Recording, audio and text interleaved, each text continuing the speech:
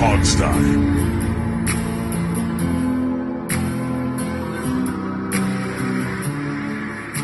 Hey, everybody, and welcome to the second half of the football season.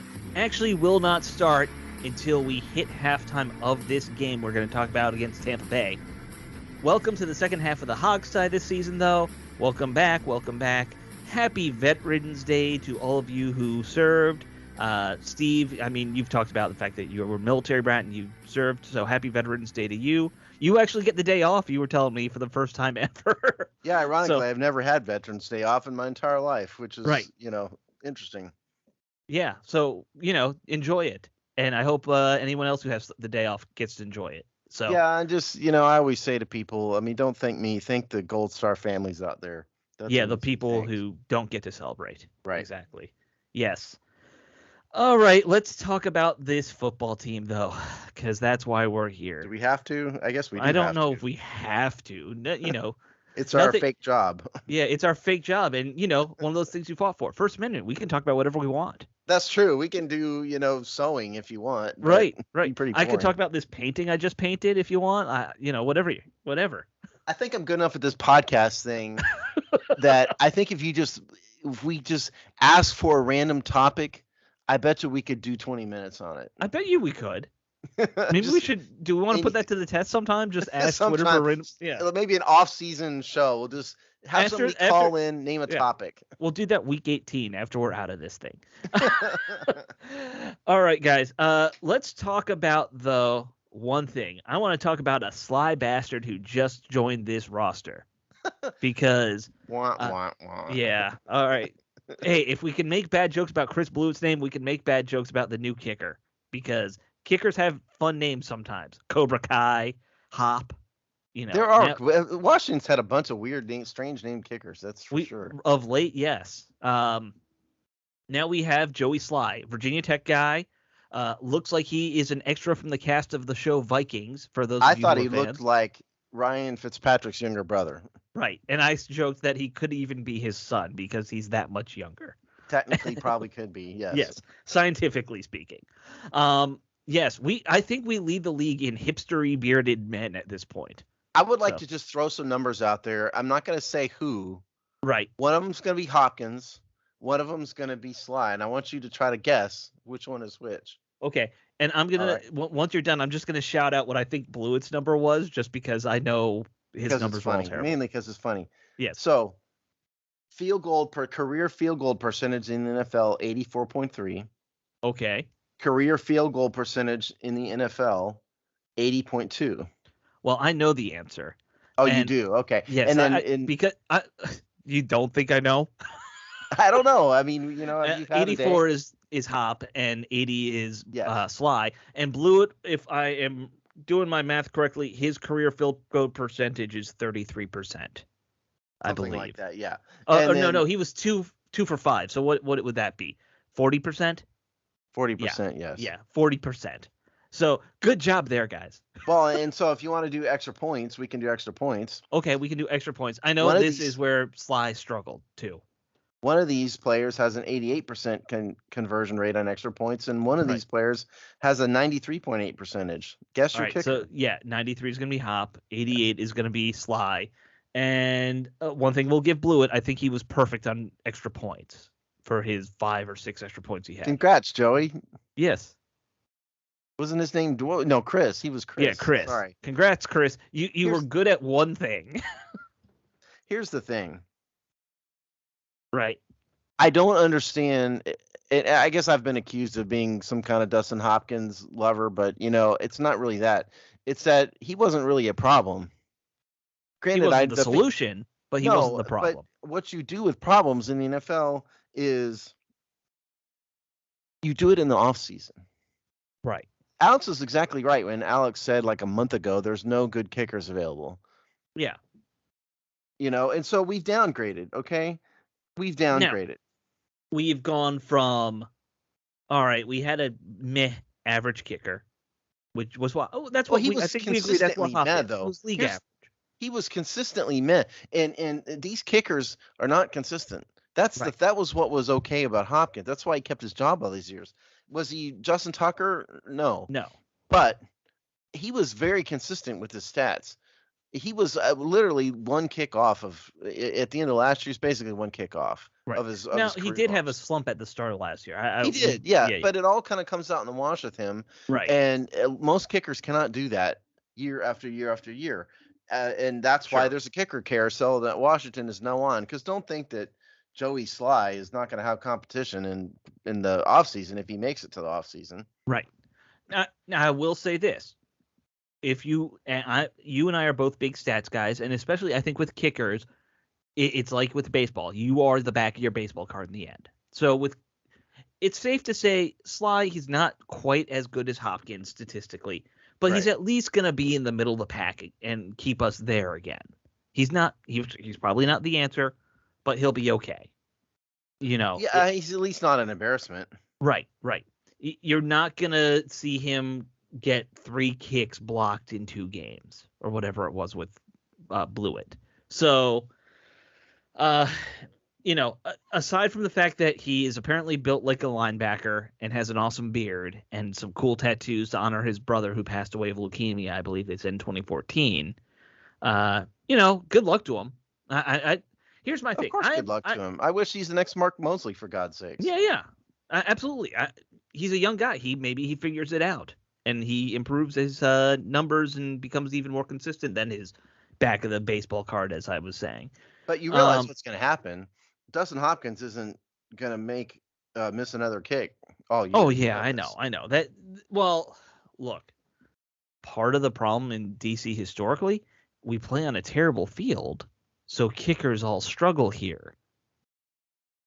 Unless you're Dustin Hopkins, he didn't really struggle here. Well, yeah, statistically, he was actually very even here or, on the road. But, historically, I've heard other kickers say that, in interviews and stuff. Guys who used to play here, they're like, yeah, playing in Washington's the worst because you just can't be as accurate because the field's terrible. So. I just don't understand what really was Ron's thinking and doing. I mean, it's a very weird decision. Yeah, like you said, missed a kick, and he got lucky in another one. He got a penalty, got a do-over. I mean, it happens. And everybody but Justin Tucker misses kicks. And the 2 guys you brought in, one was substantially worse and didn't belong on an NFL field at all. And then the Joey Sly guy is at least in the ballpark, but he doesn't have the numbers that Hopkins does. He's not going to blow you away. No. The thing is, he's at least younger, so if he works out, you have someone who can be here for a while. I guess, yeah. Yeah. The other options are all guys who are in their late 30s, guys who would be a 1-year, rental. And again, statistically about the same here of what we're talking about with Hopkins or Sly. So, at least you're taking a chance on a younger guy. I can we need understand to get Joey Sly on this show, and we need to ask him, are you the bastard son of Ryan Fitzpatrick? Well, yeah, or have you guys done a 23andMe, seen how you're related? Exactly. I think we ought to. I'd prefer to ask him, are you the bastard son of a teenage Ryan Fitzpatrick? I don't want to go that route. You need to look at those pictures of how built the guy is. He'll just walk down to Houston and punch you in the face. Hey, it's okay. I've mouthed off on the radio before, Alex, as you well know. I'll mouth off again. Yeah, but you've never mouthed off to a player. I don't think any player would ever come on our show again. Well, yeah, that would probably be if the final time we have a player is you telling a kicker you're a bastard. You're the bastard son of the quarterback. Yeah, that would be a hell of a way to go, man. It would be. It would almost be worth it. Yeah. Well, again, good luck to him. I saw a funny little stat that was. This means we have 4 Virginia Tech players and 4 Alabama players, and those 2 schools are now tied for the most on the roster in terms of, college alma maters. Well, it's funny you say that because all you need to do to verify this is check our roster page on the Hogsty website, and you will verify that what Alex says is true. Right. I don't know who would win in a fight. I'm going to give the edge to Alabama because they just have more weight. But Landon Collins probably, if he tried to hit somebody, would miss. So listen, dude, if the kicker's on your side, you're not going to win. Okay, I don't care how big Joey Sly. I don't care how much he could beat us up. He's not beating NFL players up. Right. So Even though he can bench 3 something, they yeah, say. I What? mean, Yeah. he would beat us up, and there's no Yeah. question he would beat us up, but he's not beaten up like John Allen, you know. Is anybody in the Washington roster able to beat up John Allen? I don't know if anybody could. He's probably the biggest. Maybe Ioannidis. He's got a nasty streak. Yeah, I mean, But Ioannidis is a guy that would like grab your nuts and rip them off, I think. If he had a chance. And that's how you win the fight, you know. well, a kicker has a leg for doing something like that.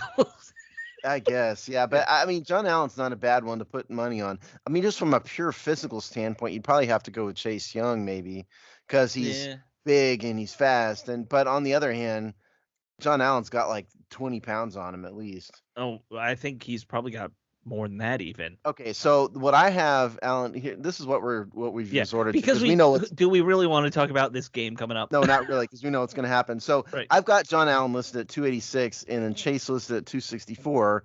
But Chase has got 2 inches on him, and he's probably faster. Yeah. At least in the short movement space, he's probably faster. But I just think John Allen's meaner. I think John he'd take Allen, Chase. like he seems like a very nice guy, but when he turns on that switch on the field, he seems like he's pretty ruthless. Yeah, exactly. And and you'd have to. I mean, in terms of these offensive linemen, I mean, who are that size, I don't know if I'd really go with any of them over Allen. No, probably not. Although I will say maybe DeAndre Carter wins just because he runs away and like no one can catch him. And Well, yeah, but he's not going to win a fight though. He may escape with his life, kind of like right. a WWE battle royale. But I mean, Yeah, he's not going to win. I'm thinking more like Charlie Chaplin in an old silent film where he just keeps running around the ring until the guy gets tired out. You know? I mean, if you want a wild card in this, I've got 2 wild cards. All right. In the Redskin or Washington battle royale, one of them is going to be Samus Reyes. Okay, I could see that. Because he's a big dude, he's fast, he's got this elite physique. Can't play football, but in terms of crazy a fight, athletic. I get that. Right. So that's one. And I think one of these safeties, because safeties are always crazy. True. And linebackers are too, but I don't think any of these linebackers are worth a damn in a fight. So, I just, sorry. I mean, I don't. So I'm going to go Landon Collins as the other wild card. You go in. Okay. So in a fight, I mean, Landon, he's got the size. He's got experience on his side, in terms of age and stuff. I'm going, my wild cards are Reyes and Collins. Okay. I can see that. So the one thing, and I know you have charts for everything. One thing I don't think you have charts on is arm length and reach. No, but maybe I ought to add that. That's a column I could add to this. And if we're doing the hypothetical battle royale, you boxed for a little while. You know that reach is everything, man. Reach is everything. I did some martial arts growing up and in college. You boxed, so length and reach, and if you're allowing people to kick, that length too matters. A lot of stuff like that can really. Well, yeah. I mean, again, I think in this battle royale, anything goes. Of course. Rules, Okay, all right. If we're going MMA style, anything goes. Yeah. Okay, Landon Collins' arm length at the combine was 31.5 inches. That's pretty average, actually. Well, it's pretty long for a safety. It's long for safety, but that's average in the NFL standard. Yeah, but I just think he could probably move better than John Allen, though. Yeah. Look, I mean, the big guys are going to tire out. Let's be honest. In a battle royale, they're not going to have that stamina. That's why Chase would be up there. I mean, but at the end of the day, I just think he's not mean enough. Yeah. By the way, that might also say what we think about how he's playing this season. If you're getting a little deep about it. Yeah. This is a fun topic. We should totally put this out as a poll. Maybe send this to. Well, Dave's probably listening. Dave is listening. Dave, okay, here's what I want you to do. When we're in this absolute suckage drag of the season at the end of the year. Yeah. Because it's going to happen. We're going to be when we're playing the Eagles 1 week. Yeah. It'd be 4-8 or something. Throw this in as a poll. Right. Washington Redskins or Washington football battle royale. Who wins? 53. We'll throw all the practice squad guys in there too if you want. Right. Anyone who's on IR can stay off because they're 70-man. Because we've got 17 players on the practice squad. 70-man battle royale. Who wins? Yeah. Dave, that's a fun one. Dave, This is an editorial meeting now, Dave. That's your job. What do we want to sign our buddy Nolan from Tampa? Well, he's going to have to be the referee because he does his penalty thing. Oh, he's just going to get punched in the face. But there are no rules, so he can just pretty much watch. Do we have to talk about the Tampa Bay Buccaneers? Yeah, well, I mean, I mentioned our buddy Nolan from Tampa, so let's transition to the Tampa Bay Buccaneers game. Yeah. This is going to be a rough one. Tampa lost last week, so they're going to be mad. They played sloppy, and that's why they lost, right? Technically, they had a bye week. Or, I'm sorry, their last game, not last week. Yes, but see, we can't just get the Super Bowl champs. We have to get them on a bye. Yeah, when they've had plenty of time to rest up and be prepared. And so they're mad. I just like to throw some general, I'm not even going to start with numbers. All right. Let's just start with names. Okay. Should we start with names? Sure. And I'm not even talking about little Tommy Brady. Tommy Terrific. Right. I'm talking about some of the names around him. Okay. You mean the what was it? 2014 Miami Heat version of the NFL? That's or whatever pretty much what it is. Yeah. I think it was before that, but yes, that. You know what I'm talking about? The super team. Yeah. Rob Gronkowski. Yep. Who admittedly is hurt, but I've heard he's going to play. Mm-hmm. You've got Leonard Fournette, who's a bruiser of a running back. Mike Evans, who nobody in Washington can cover Mike Evans, let's be honest. Nope. Chris Godwin, who's got can't cover him either. 660 yards. But you know what the real beauty of, and it goes on and on and on, but the real just, nipple twister of the Tampa Bay Buccaneers is that, I mean, there were many years when I thought that Tom Brady's overrated. Right. But, and like he was a beneficiary of Bill Belichick and everything. But if you look at their numbers, he spreads the ball around like nobody's business. Yeah. Godwin, 50 receptions, 600 yards. Antonio Brown, who hadn't even been there all year, he's only played in 5 games. 29 receptions. Mike Evans, 39. Gronkowski's been out a bunch of games, 16 receptions. Tyler Johnson, who I don't even know who that is other than I saw him this week, 14 receptions. O.J. Howard, 14. He spreads the ball around. Can we talk about the fact that O.J. Howard, who is a very good tight end, not elite, but he's a good tight end. Like on most teams, he would be a number 1 these days. He was supposed to be the next great tight end, remember? Yeah. Coming out of college. And he's buried on that depth chart. When you've got the best tight end in NFL history ahead of you, that's what happens. Oh, what's the name of their third running back? It's Giovanni Bernard. Yeah. Yeah. I mean, I know he's old, and I know he's not elite. Like he had an okay career though for most of his time in Cincinnati. But that's your number 3. Again, who's our number 3? I don't even. Jared Patterson. Is it Jared Patterson? All right, let's say it's Patterson. He's had about 10 carries on this entire right. career. Well, and that's what O.J. Howard's had about. I think. In terms of the offense, I can usually come up with the Tampa's offense, sort of a game. What is their weakness? What in a perfect world, what could Washington do to defeat this bunch? Right. And if you start looking at their numbers, 3rd in points, 2nd in passing yards, 3rd in yards per play. Leonard Fournette's averaging 4.3 yards per attempt. Off the top, you'd say running's their weakness because they don't run a lot, but they're pretty successful when they do it. Right. On an individual level. Again, Ronald Jones, Leonard Fournette, both approaching 4.5 yards per attempt. They're, 3rd downs. They're 2nd in the NFL in 3rd downs. They're 7th in the red zone. We all know Washington's epically bad, historically bad on 3rd downs. Yep. I mean, I struggle to come up with what is the game plan here? What is the weakness that Washington can exploit? The only thing I can really come up with is sacks. And it's not that Tom Brady's been sacked a lot. He hasn't. They've only given up 12 sacks, 3rd in the NFL. But when Brady gets frustrated, that's when things go bad for him. When he gets frustrated is when he gets hit a lot. Right. Now, he's the master, of course, at the quick release and all of that. I'm not saying it's going to work, but I think you got to blitz the hell out of him this week. He's going to pick your defense apart no matter what. He's that good.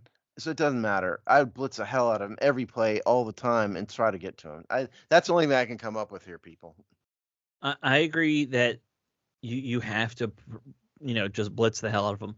The only other thing I will say, watching, their last game, I hope William Jackson isn't playing because no one loves to give a 10-yard cushion on this secondary like William Jackson. If you give a cushion to these receivers, all Brady does is make a little thing and like, hey, Mike Evans, just turn sideways. I'll throw you a quick out and you'll get 5-6 yards. Might be the best ever at that. Yeah. So you just can't give cushions ever. Would you like a bit of good news on that front? Sure. William Jackson was a full practice Wednesday, so he's no doubt going to play absent a setback. Oh, well, I'm sorry. That's not good. That's not what you wanted. So that wouldn't be good. Steve, you did that thing when you said something was good and it was bad. I mean, yeah, I know. It's look, we all know what's probably going to happen here. Yep.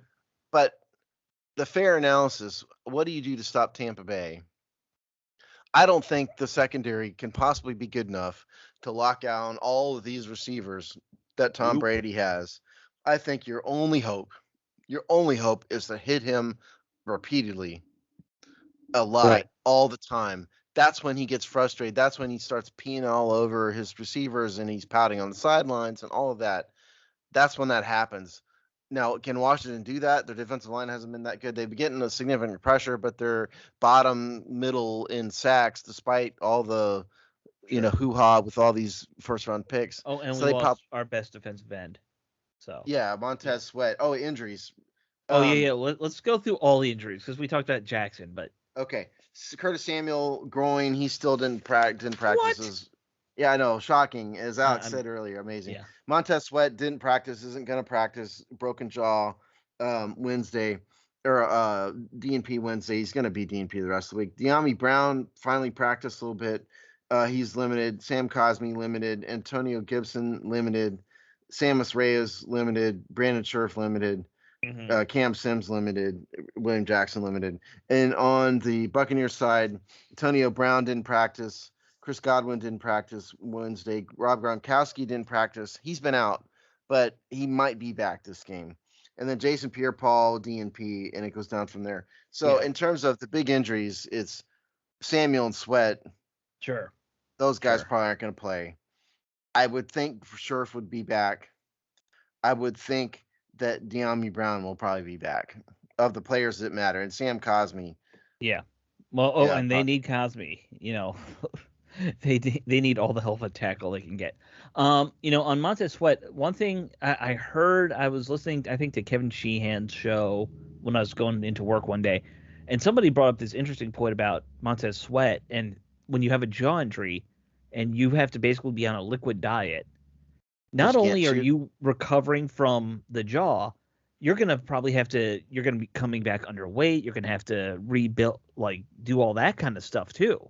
That's interesting. I hadn't thought about that. I hadn't thought about that. Yeah. I mean, you and I are weird enough where that would at least be fascinating. You would think that would have occurred to us. Right. Exactly. It didn't occur to me until I heard someone say that. I was like, oh yeah, he'll be back at 250 or something because he hasn't eaten a cheeseburger in a month. It's easy for big guys like that. It's super. If you don't know, it's super easy for these guys at that size to lose and gain a bunch of weight fast. Yeah. Yeah, it really is.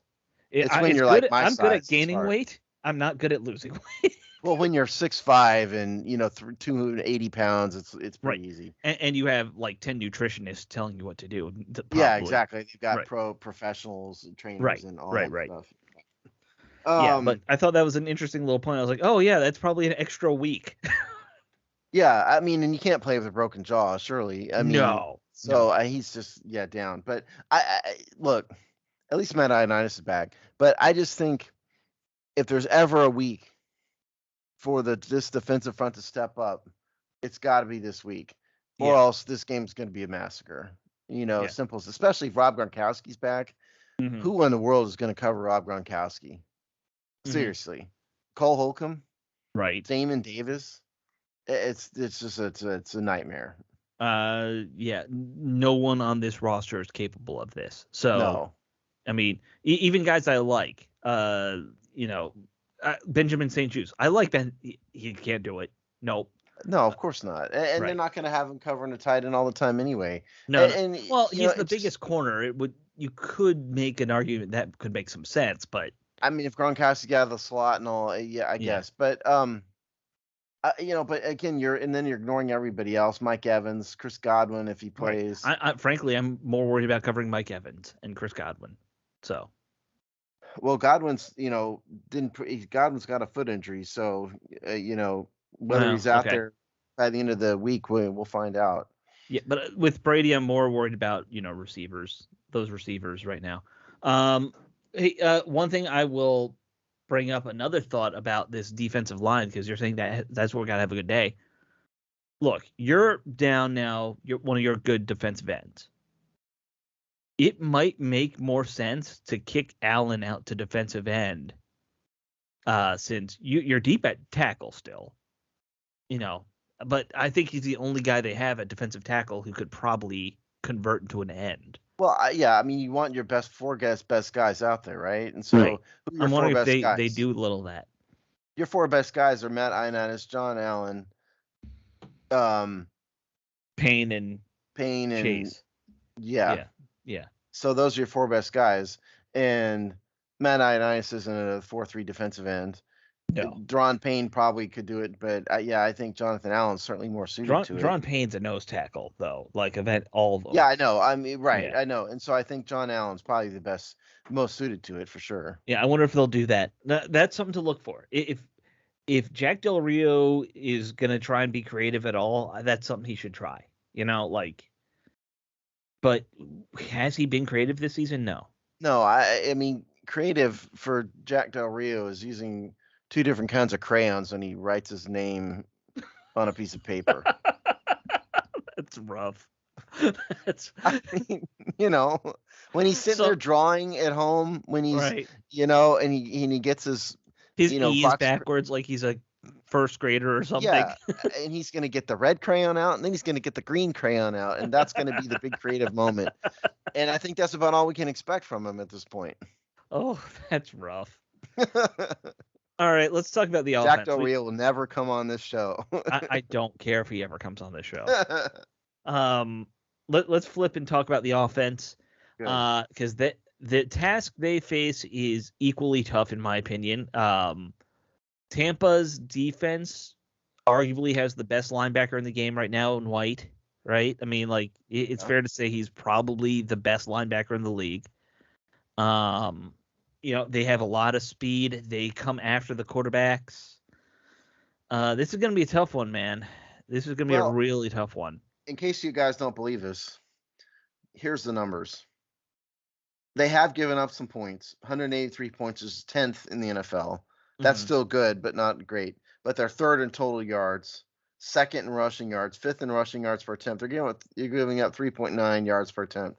So don't think that Antonio Gibson's going to have his breakout game this time. No, they're very good against the run. Yeah, they're average in sacks. They've only had 17 sacks. That's surprising.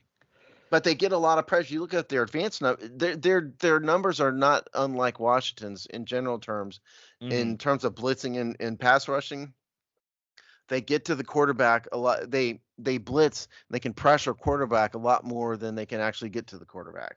And much like what Washington has been doing, that's what Tampa's been doing. They are average on third downs, ranked 15th. Right. 11th in the red zone defensively. So they've hardly been rushed on at all. There's only been 159 rushing attempts against them, which is for the least in the NFL. So these teams are passing on them all the time. So it's not good. I'm more afraid of their offense than I am of their defense. Sure. But again, I mean, here's some. You want names: Ndamukong Suh, right? Jason Pierre-Paul. You mentioned Devin White. Shaquille Barrett's their leading sacker, the linebacker. Richard Sherman, who's 100, but he's out there. They got Vitavea there. Yeah, Antoine Winfield Jr. I mean, there's a ton of names and a ton of people you recognize. I I mean, a lot of these guys are old. Like JPP's old, Richard Sherman's old. You know, Well, let's be honest. This whole team, it is a super team. They're built around Tom Brady's going to be here for a year or two. Try and get as many Super Bowls until he's I gone. mean, I think you said it. The Miami Heat comparison, whatever year that was, Yeah. that is what we're facing here. It's exactly right. That is exactly what they're facing, or what Washington's facing rather. Right. So it's, I mean, LeBron went to Miami in 2010, so it was 2010 to 2014. Okay, well there you Yeah. go. Yeah. That's what we're facing. But I Right. mean, I mean, I wish I could be more positive about it, but I mean, Washington's offensive numbers have improved. Sure. I mean, they're not scoring any points, but some of their residual numbers are improved a little bit. You know, they're 17th in yards per play, 17th in rushing yards, 10th in rushing yards per attempt. That's due to Heineke, not the running backs. Right. You know, they are averaging 4.6 yards per attempt. But if you look at Antonio Gibson, he's down to 4 yards per attempt, you know. They've become terrible in the red zone. They've only converted touchdowns on 45% of their trips to the red zone, which is 31st. Right. And So especially the last 2-3 games, they've just been it's really fallen off. It wasn't that bad earlier in the season. It's fallen off. And you're Right. facing a team that's pretty good in the red zone. So that's bad. So what can they exploit? Look, this has got to be Washington plays a perfect game. Tampa has an off day. The mighty Washington crowd, you know, home crowd gets raucous on it. Everything has to go right. It's on any given Sunday. You never know what might happen. I mean, the Cowboys got demolished by the Broncos, you know, last week, and nobody thought that would happen. So you never know, but it's unlikely. The line earlier in the week was 9.5 points when I checked on Monday. Well, like I said, Tampa went through this last week where Brady had 3 turnovers, and I think they had 2 more other than that. I can't remember, but they screwed up, had a bunch of penalties, and they lost. The odds that a Tom Brady team is going to do that 2 games in a row, not good. Not high. I don't know how many times he's ever lost 2 games in a row. I assume it's a very low number in his career. See, the thing is, Tampa could have a mediocre game and still win pretty easily. Yes. Yeah. You know, they really have to really be bad. Tampa could have a bad game and still win. I mean, if you look at what they've done this season, they squeaked by the Cowboys in week 1, 31-29. They demolished the Falcons, put 48 points up on them. Lost to the Rams. Rams, you know, very quality team this year. Right. Squeaked by the Patriots. Blew out the Miami Dolphins, bad team. Right. The Eagles game, 28-22, close. They blew out the Bears, and then, you know, last week the Saints, as you talked about. So they've beaten the teams they should beat. The 2 teams they lost to, the Saints are a good team, but they also just played terribly. Right. And then the Rams are a good team, and they got beat. It happens. So there's not, you know, they put it on the Bears, they put it on the Dolphins. They, you know, and the Falcons, and all those are blah teams. Yeah, and they're gonna just put it on Washington. Let's be honest. Yes. I mean, I'd rather talk about the battle royale possibilities. I kind of would too. It might be what this game looks like. No, this is just an ass-kicking royale, is what it is. Okay, well, yeah, fine. Yeah, name it what you want to name it. I think we're saying the same thing. Yeah. That's about right. You know, it really is crazy. I was thinking about this morning. Tom Brady was drafted so long ago. Houston didn't even have a football team when Tom Brady was drafted. Yeah, that's right. That's nuts. That's crazy. Yeah. Oh, I missed a cool roster update, by the way. In case Washington wasn't short enough on offensive linemen. Yeah. Sadiq Charles is now on the COVID list. Right. I don't know what he did, or, you know, all of that, and I don't really care, and I don't want to debate it because I'm sick and tired of it. But the bottom line is he's ineligible. Right now, today, Wednesday, he's on the COVID list. So nobody's ever said if he had the shot, didn't have the shot, you know, who cares? Right. He's not playing right now. So Throw Oh, that in your wheelhouse. hey, because I'm just bored. I pulled this up. The 2000 draft when Tom Brady was drafted. Do you know Okay. who the number one quarterback taken that year was? Oh God. No. New York Jets. So Chad Pennington. Yep.